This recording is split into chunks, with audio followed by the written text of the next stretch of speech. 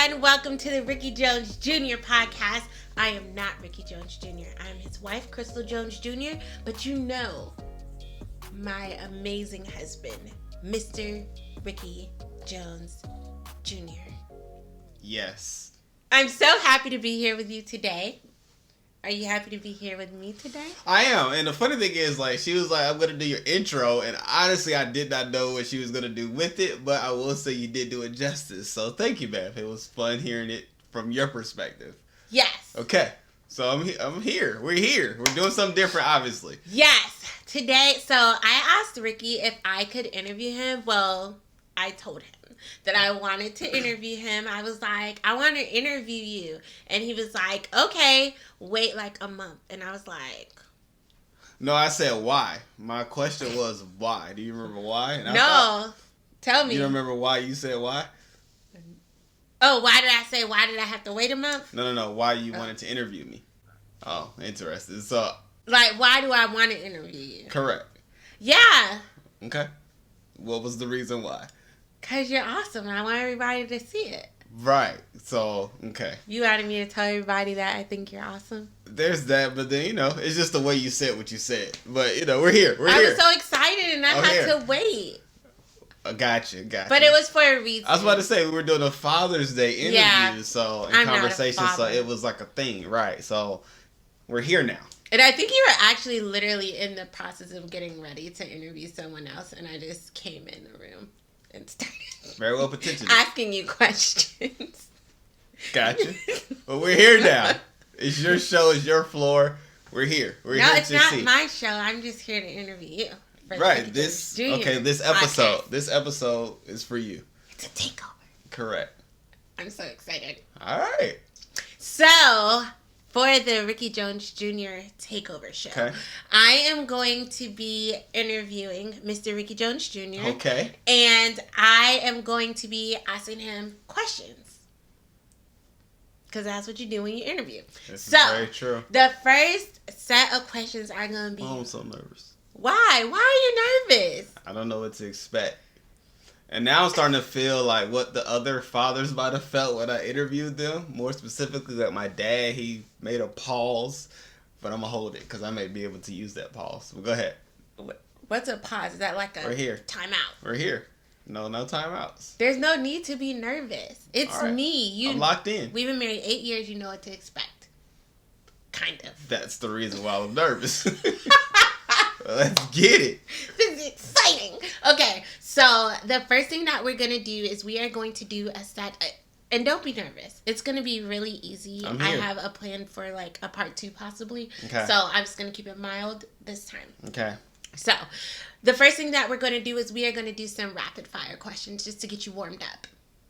And check. So rapid fire questions are where I basically am going to ask you like this or that. Yeah. And you have to choose. And which you have one? Like, all right. You have like that much time. All right.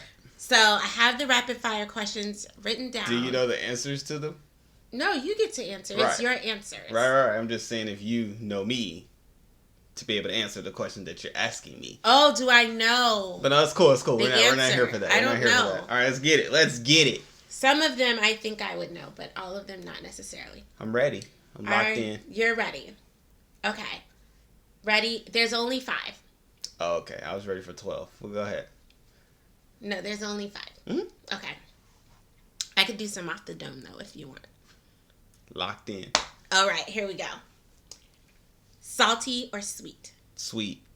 Chicken wings or pizza? Chicken wings. Waffles or pancakes? Waffles. He said it something. Waffles. Waffles. How dare you offer pancakes? Absolutely. Okay. If you could time travel, would you rather go to the past or to the future? Future.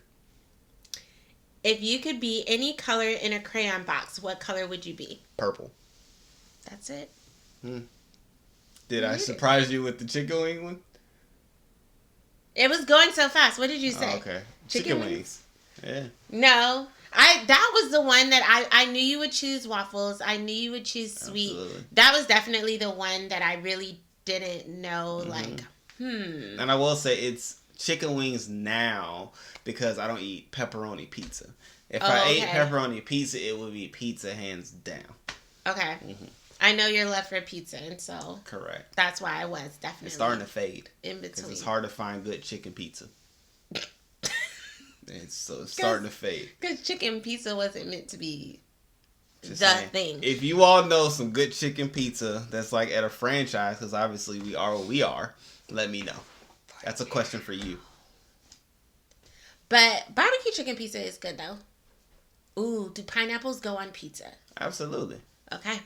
With barbecue bonus chicken pizza, not with pepperoni pizza. Or you can have ham and pineapples. You don't eat ham, but Correct. that's called the Hawaiian, and it's good. Gotcha. I respect that. It works for you. It works for me. So now that you've gotten your answerer warmed up, I'm going to ask you some questions. I got my what? Answerer. What was that? My tongue? You're like mouth for answering. Okay. I'm going to have to do exercises. Yeah. So when y'all hear it on the podcast, y'all know where it came from. So we're going to ask a question and be like, No, I don't have to do it. It's in the beginning. It's in the beginning. I start the podcast with, what's up, beautiful people? But anyway, we're here. We're here for you. Boom. I love it when he does the boom, you guys. Yep. That's my social media intro. Boom. I just wanted to do it. Okay, good. Okay. So. This is the first question. Yes. All right. Now we're getting into like more regular timed answered questions. Okay. So my first question for you, Mr. Rickey Jones Jr. is, what would you say is your life's passion? My life's passion. Like your passion in life. Like right. My passion in life is to make people smile. And to show love to them. But more than anything, I love making people smile. Why are you smiling so hard? Because you're smiling. But yeah, that's my goal every day, to make everybody I come in contact with smile. Okay. Mm-hmm. I like it. I dig it. That is okay. my passion. If you could do anything and you knew you wouldn't fail, what would you do? So where are we going with this? I like a question. I mean, okay. All right. So life is a journey. I feel like these questions are stepping towards. All right. So boom. Here's the new. But anyway, what would I do if I knew that I could not fail? Man, I have like so many.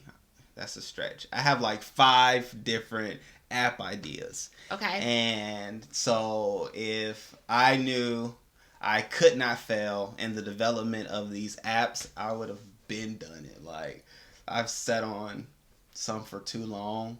And anyway, so I would do that. And so obviously that will create financial freedom, because I always have I have a goal. Okay. I have Tell a me about this goal. To sell my first app. I want to sell my share to the app for $350 million, right? I already have a number. And so if I'm in a bargaining situation, y'all already know my number. Oh, well, that is my number. That's my number. So $350 million, I'll sell. And then what I want to do from there is just keep going. But then as well, hit the road and just bring smiles to people, show love to people, and have fun doing it. Obviously bring a camera, because I love cameras. So is this where you would partially launch your career as a comedian? For those of you who do not know, Mr. Rickey Jones Jr. at a point in life was thinking about like how much he enjoyed like the possibility of being a comedian. Here's the thing. Like, I feel like I'm situationally funny. I say that. That about me or about you? About me. Okay. So I feel like that's the case. To do like a stand-up set, could I do it? Give us your best joke right now. And see, that's the thing. Comedians write jokes. I come to find out, because I've been watching a lot of comedian videos. To like train or to see if it's something I'm interested in. Do you think you would ever do like a small forum? I would do a set. I would definitely do a set. Like, but to people in a foreign country. Wait. Why do they have to be in a foreign country so they can't understand you? I feel like the odds are better. Like, I just feel like, you know, what if for better situation? What if for like your birthday, I put together like a comedy club? I'm not there yet. And not next year. But I would pay everybody to laugh. That would suck. Why? Because somebody's gonna tell. You can't pay all those people and nobody tells me. I mean, or it comes back around. Technically, I just told you. So that would be worse. If I told my first joke and everybody's laughs, like, that's the problem. Because part of comedy is like trying to win people over, right? Oh. And so for myself, I will say that when I'm trying to work a crowd, my goal is to find. I worked the crowd before, you know what I'm saying? I've done hosting. Okay. But I've been myself, which is, I think it's funny, in a hosting setting. And so my goal is to try to find like a person that's not in tune with what everybody else is doing. Mm-hmm. And so if I lock into that person, then, and I get them to laugh, I know I did good. Okay. But if everybody's laughing, I have no gauge. So you do better in settings with your comedy when there's somebody that's not laughing because it gives you the feel that you need to make people laugh? Depends on what you do with this information. I'm just asking. I said enough to say what I need. Now, what you try to do with this information, I don't know, because you already threw out the idea of purchasing an audience that will laugh. Well, I'll make sure there's one person that's the problem. That's the problem. So, hey. If you or I'll purchase them to not laugh. So here's the thing. I feel like in life, I'm going to come in contact with people that are funny and fun, and they'll put me in scenarios and situations where the opportunity to crack jokes will be made available, and I'll take the opportunity. That could happen in a comedy club with a room full of people on your birthday. Here it is. And if my wife will stoop low enough to purchase a laughing audience. That's not stooping low. That's reaching high. No. I don't want to buy my likes. You wouldn't be buying your likes. I'd be buying your laughs. And yet, they have yet to laugh. They might be laughing. Oh, they just did because I said it. They laughed at me. Hello. I'm back. So. Okay. Okay. Yes, ma'am. I know Question number 2. So, have you told them where you went to college? I don't know. So, Mr. Rickey Jones Jr. Yes. Could you let everyone know where you went to college? So, I initially started my undergraduate endeavors at Valdosta State University, home of the Blazers. Boo! I wouldn't go that far. Oh, okay. Just kidding. That was so aggressive. But I started there. But then I transferred out of there because I wasn't doing what I needed to do. And I knew I needed a change of environment, which is actually something you talked about in one of your recent videos. But nonetheless, I then came across LSU. And I then went to LSU, and that's where I graduated from. Yeah. With my undergraduate degree. Yes, ma'am. So what did you study at LSU? At LSU, my degree is in business administration with a minor in entrepreneurship. Mm-hmm. Technically, I also have like a minor in math because of the amount of math classes that I took, because I had the thought that I wanted to be a math teacher until I went into the classroom and realized teaching isn't for me. Okay. So, even though teaching in a classroom setting, I'll say. To kids. Okay. Yeah. Yeah, because children. Yeah, that was no joke. It was a 4th grade honors class, and forever scarred me. What scarred you? What about it scarred you? It scarred me. So you go in with, teachers typically go in with the lesson plan. Mm-hmm. Went in with it was myself and another girl. She's actually not a teacher either. She changed hers. I think she's a med or whatever. She's married and all that good stuff. But we go in with the lesson plan, and our lesson plan was actually on the moon. So we were teaching about the waning and waxing of the moon. And so the wet and the what? Waning and waxing. It's like the. So waxing is when you see less of the moon. To go into no moon, and then waning is when you see more of the moon, which goes to full moon. I was gonna say that waning and waxing of the moon is when it like rises and sets like the sun. So that would have been kind of close. So the moon doesn't rise or set. And that's why I stopped myself. The moon is in orbit to the earth. I was thinking it doesn't. As we spin, it spins. So, you know. Yeah, that's why I stopped my answer. But what does that have to do with math? Yeah, so nothing, really, you know, in all honesty. So you go in. So you went in prepared to fail? God is good, okay? Because I could have been doing it and hating it. But nonetheless. The two of y'all together decided the best. No. So you have courses, or excuse me, you have lesson plans that you can teach. Okay. And the one that was the easiest to us was the one that had nothing to do with math. Correct. As you studied to be math teachers. Correct. Well, no. She was actually a science. She was in science. She was doing biology or something like that. But nonetheless, in it all, I ended up doing it, right? So here's the thing. You go in, being a teacher, you have this plan. Okay. You go in with the plan, and the goal of every teacher is that the plan that you go in with takes the duration of the class time. Okay, that's the plan. What's 9 times 9? Why are you doing that? Do you know? It's 81, I think. Okay, it is. I was thinking, why are you quizzing me on math? Well, I don't know, your math is good. But anyway, so we go in. Because you wanted to be a math. I was just trying to catch you. What? But 9 times 9? My My 5-year-old daughter? 6-year-old daughter? Anyway. I had to do something I knew the answer to. Yeah, that's why I asked you. But anyway. I almost said 49. There's 9. 49 is not divisible by 9. It's not? No, it's not. What about 7 times 9? That's not 49? No. You were close. It's 48.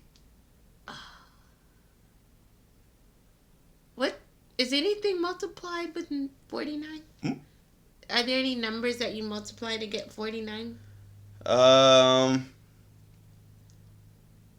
here's the thing. So we're going to go into my lesson, right? Okay. So the lesson's supposed to go all the way to the end of the class. Boom. Right? I'm guessing it didn't. It did not. And the kids start asking us questions. They start asking us questions about black holes and well, y'all the ones that brought up the moon. And they were so smart. Like, it kept going. They're so smart. And we didn't know the answers. And so, because y'all came from math. Nah, I mean, we came with the lesson. You teach the lesson. Oh, so, okay. Yeah, so you want to be a math teacher, but you teach a general education lesson, not necessarily a math lesson. Yep. There were no math lesson options? Nope. Huh. That seems odd. Well, anyways, I think this is a great segue into the next question. All right. Which is... Man, that was pretty cool. I could clean that story up a little bit better, but I forgot all about that life and that transition. Because then I transitioned from there, because I went in there as a business major and changed to math, but then changed back to business. So anyway, go ahead, do what you do. Yes. So question number 3. Yes, part B. So wait, part B. So question number 2, part B. No, this is question number 3. So how am I in part B if I haven't done part A? Because the first question was, what's your passion? The second question was, if you could do anything and know you wouldn't fail, what would it be? Mm-hmm. And the third question was about... What's 9 times 9 is 81? No. Well, anyway. Okay. So... 7 times 9 is 63. 7 times 7 is 49. Yeah. I knew there was one. We're here. So... You got your degree in business. Yes. From business administration. Yes. Minor in entrepreneurship. Yep. Technically also possibly math. Yep. Minor. Yep. From LSU.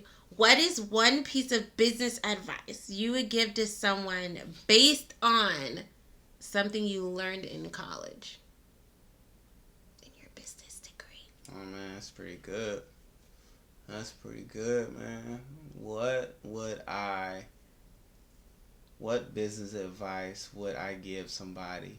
I would say based on what I learned in college. Mm-hmm. And so I would say like to be open towards being or doing and starting a business, entrepreneurship with a social change in mind. So I had a class, I think it was called Social Entrepreneurship, where we learned about different businesses and people who started businesses based off of a social change. So there was one book I still have. Could you explain what a social change is for those so who like, don't know? So like Tom's. Tom's is a shoe company that you buy one, they give one.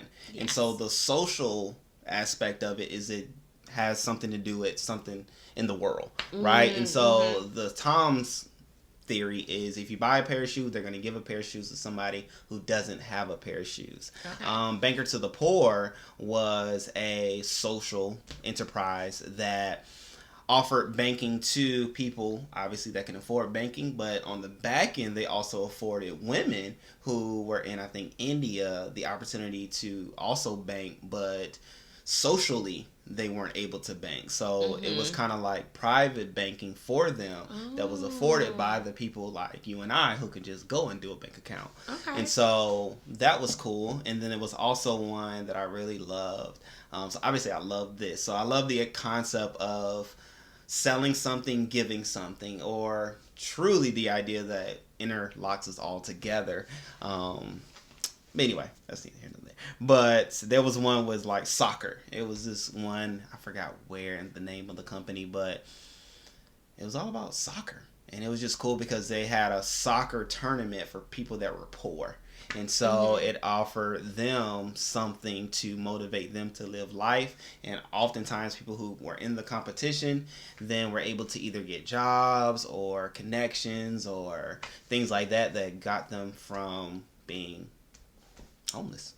So do you have any thoughts, which you don't have to go into detail, obviously, even if you do.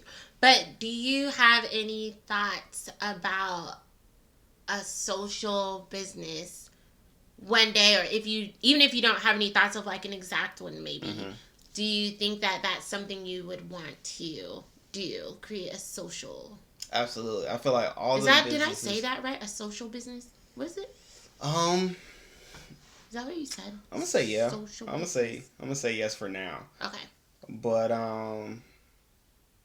social entrepreneurship. Oh, okay. Social entrepreneurship. Yeah. Yes. But absolutely. I think everything that we do, there is that component largely and rootly in us because of our following of Jesus, right? And we have the idea that we should give. It's better to give than receive. But more than anything, there is an obligation, I feel, that we are to help others. And so what better way to help others than with what you have to give? And so usually when you're a business, you make a profit. And so you're either able to give from the profits or you're able to give from what you actually do. So true. So thank you so much for answering that question. My next question is, if you had $500 million, what are the first 3 things you would purchase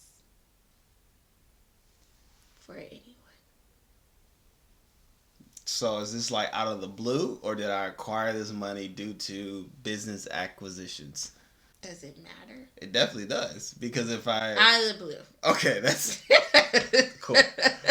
So my thought is, if I business-wise made that money, I obviously was buying stuff along the way. So if it was out the blue, if I hit the jackpot, let's say if I hit the lottery for $500,000. $500 million. $500 million, what would I buy first? I would... Is there anything you can think of? Yep. I would pay off this home with the idea that our desires was to be able to gift a home. Okay. And so that would be a thing that I would do. Then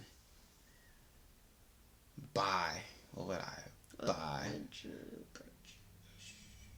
I would purchase a flight for the family. To where? We're going to South Africa. I want to go to South Africa. It's a round trip. Okay, it's not a one way. It's a round trip. And we would go explore. And there was anything else you would want to get? A Jeep Gladiator. Okay, you're at 3. if we said 3 things? Mm-hmm. Okay, yeah. I like that. I thought you were going to say, like, a ring for me. Another one. Nah, it's not first forefront of my mind. I'm sure you would probably, if you had that same. I was giving you a lot of hints. Yeah. I was definitely thinking the family, Rickey. That's like, getting me a ring is like about the family. Because it would be an investment. For you. No, because it's diamonds, so it's like an investment. I feel like it's a distraction. From what? Because then when you travel, you have to think about it. Go to different places, you got to tuck it. It's just live life. I feel like a lot of these things that we have are unnecessary, so let's just live life. Yeah, but then when I go to like really nice places, then I can wear it. You asked me the question. I gave my honest answer. You did. So you're buying flights to South Africa, you're paying off the house, and you're getting a Jeep Gladiator. Okay. Mm-hmm. Still have a lot of money. Probably $499 million, 900,000, and probably 50. 50,000. Is it? Okay. So. I like that question. What about you? What would you buy? A ring. No, I'm just kidding. What would be the first 3 things you would buy? A ring, a watch. No, I'm just kidding. The first 3 things that I would buy. A new house. I don't want to say I would buy a nanny because you don't like buy people. Like. Purchase the services of a nanny. I would purchase the services of a nanny / housekeeper. I would want her to do both. And I would purchase, I don't know, something that's like an investment.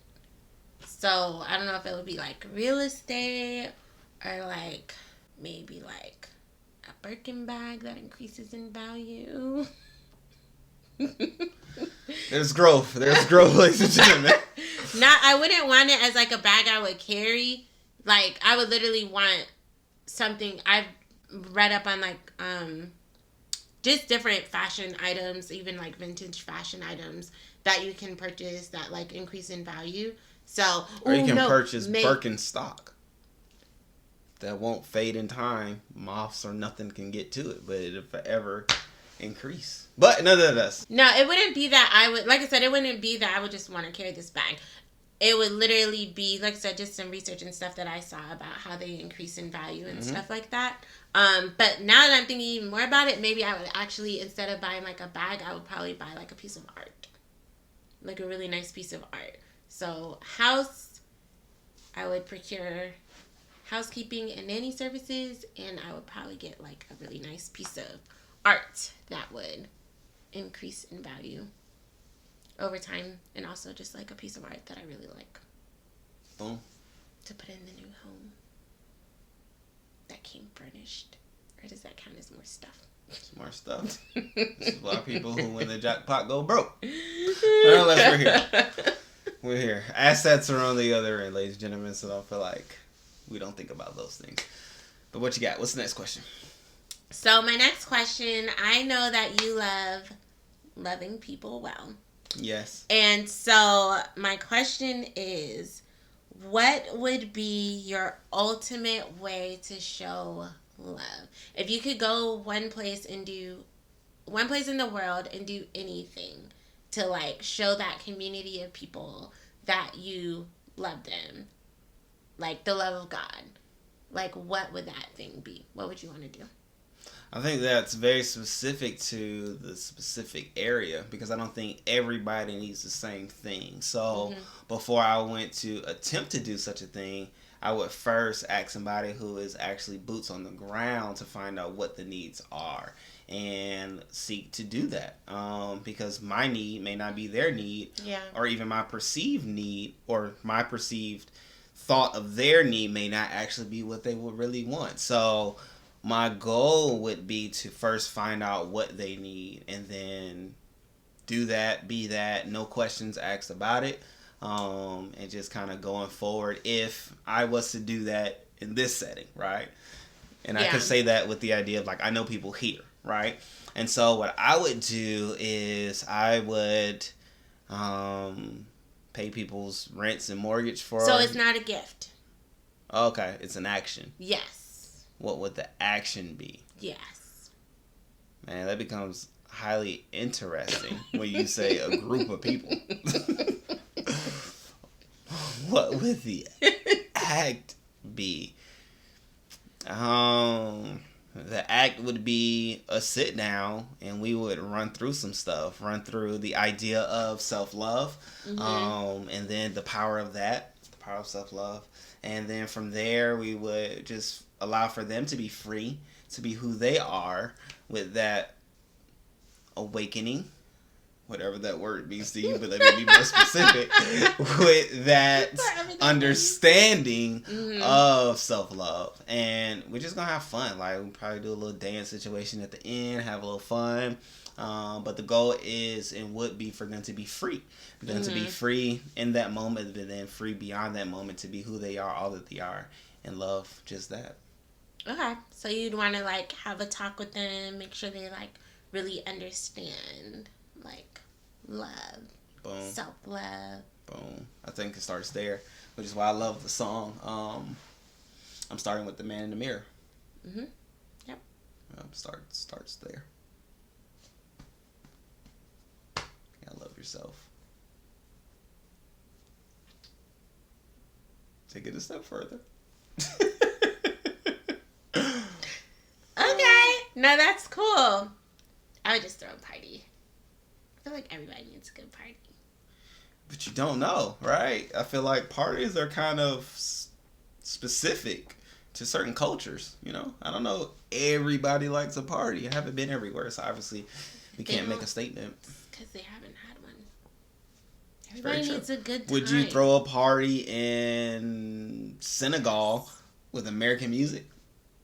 Which music would you choose? No, I just use their music. And you just rock to it. Yeah. All you need is a beat. Okay. Even though you don't know what the words are saying. Just a good time. Everybody needs a good time. Yeah. Hopefully they're having a good time to good words. I feel like words are very, important. So I don't dance to everything. I say that to say I don't dance to everything. Right. So I'm excited. I think that's fun. I think that's cool. Not that you would have like a session where you would talk to people about self-love. Yep.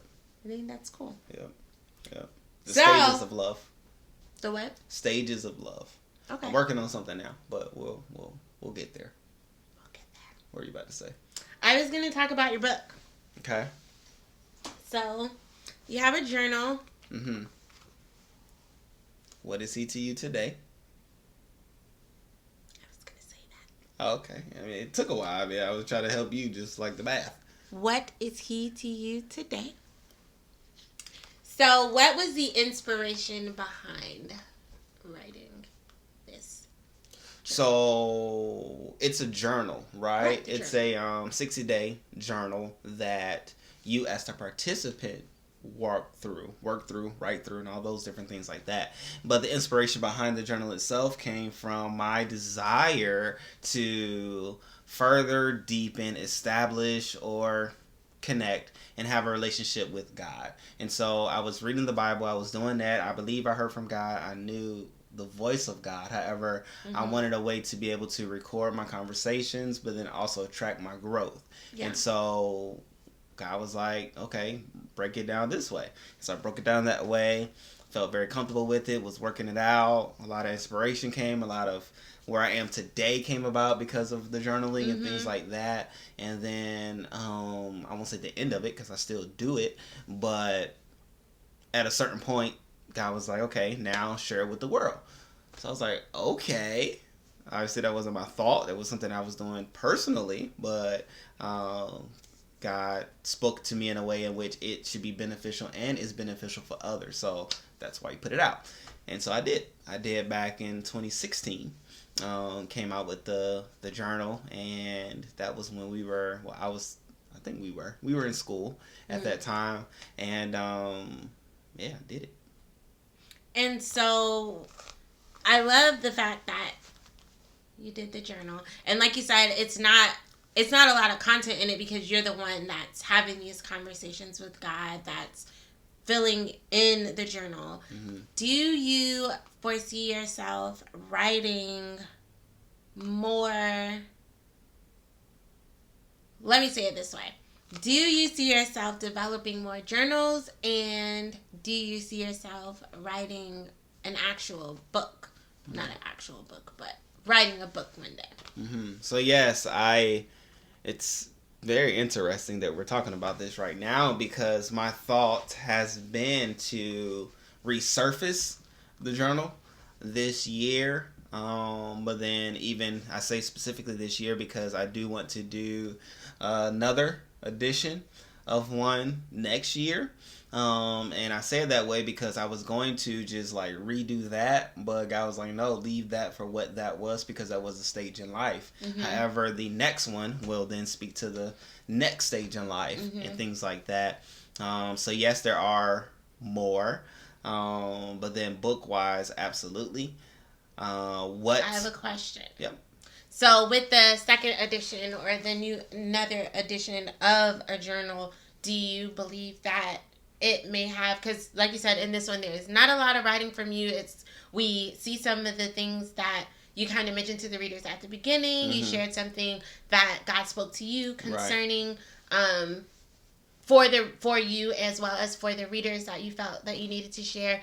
In the next journal, do you believe it will be more low content as well, or do you plan to share more things that God's kind of been sharing with you and thoughts throughout that journal that we can kind of look at, and things that God's sharing with you? I originally, and firsthand, the thought is that it would be low in on my verbiage, mm-hmm. largely because I feel like people have enough voices that they hear from, mm-hmm. that are inspirational, period. Right? And so enough of that, right? Mm-hmm. Hear from God. Hear from the ultimate source, the mm-hmm. Alpha and Omega, the creator of everything that we see. Hear from God. Let God speak to you, which is why I was low on the content there, with the idea that, no, it's about your relationship with God. I love that. Grow that relationship just as I grew mine. And so creating that space for people absolutely. To do that. Because mm-hmm. I believe if you say too much, you then would box in the participant of the journal to what I said, what I experienced, what I desired, which is why, you have the different things, what do you desire of God? What has God to say? What has God said to you today? What are some things that you believe you should be doing, and things like that? Like, it is broken down that way. But more than anything, I said very little because I wanted to be out of the way to create that space. Boom. Awesome. I really like that. Okay, so I had cut you off because you were going to go into the books. Okay. So tell me more about that. About you what? Said yes. There's mm-hmm. going to be books. Correct. And I don't have titles, but topics will be on love. Definitely want to write a book on love. Definitely want to write a book on the idea of, which I've been kind of flirting with, the thought of, why are you leaning it like that? Because you're flirting with a thought. I want to hear it. Oh. Flirting with the thought of feelings. And okay. So I haven't really washed that through. But like, what kind of feelings? Like feelings as it relates to love, like feelings as we walk around and deal with humanity, feelings internally, like on the spectrum of feelings? Or are you planning to cover that whole gamut? I'm going to say that gamut, but okay. Also as well, the introduction of feelings, which I won't say too much, right? Because I'm still doing research, and so I don't want to put out vetted information. No, and I get so, it. Yes, it'll be the introduction of feelings to humanity, the power of feelings, as well as how to overcome the various feelings that you have, because we all are guided by our feelings at the end of the day. And so, Let's have control. Okay. Cool. I like that. So, my next question. Okay. Is if you could live anywhere in the world for 1 year, where would you go? Are you asking Rickey today? You already know the answer to that. They don't know the answer to that. I don't know if they're ready for this. Because I know my mom watches. But where would I go if you're asking Rickey? She could come. She's retired. Very true. You're asking Rickey right now, where would I move? That answer undeniably is Johannesburg, South Africa. Okay. And what do you think you would do there? I definitely would be forging community and relationships with people that are not just Americans, but as well as people that are there. And obviously would strongly desire to meet people that are from South Africa, but then from there so you're asking me this for a year, right? And so I don't know if this is like I need to go there to work or I'm just there with the $500 million, right? So if I'm going there to... You don't have $500 million.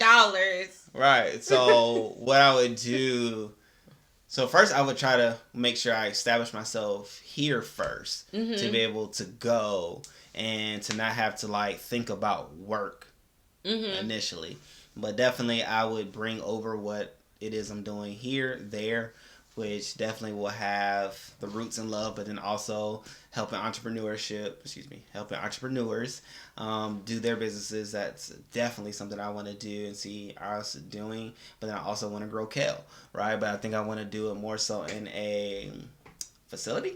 It's not necessarily on a farm, which is something that I'm working through now. Growing in a garden, things like that. But it all leads towards growing indoors by way of aeroponics and hydroponics and aquaponics. But nonetheless, in all, I would do that there. I would definitely do that there. I would take it there. Awesome. Well, I'm so excited. I'm so excited and happy that you did this interview with me today. It wasn't bad. You said what? It wasn't bad. I told you it wasn't going to be bad. It wasn't bad at all. It was easy peasy, lemon squeezy. That's what they say. As Gregory would say. So we thank you so much for joining us here today on the Rickey Jones Jr. podcast. And I will say, if you do want the journal, I will put a link in the description. Yes. It's on Amazon. Yes. It is available on Amazon. Or you could reach out to me for your own signed copy. And reach out to me. We'll go from there.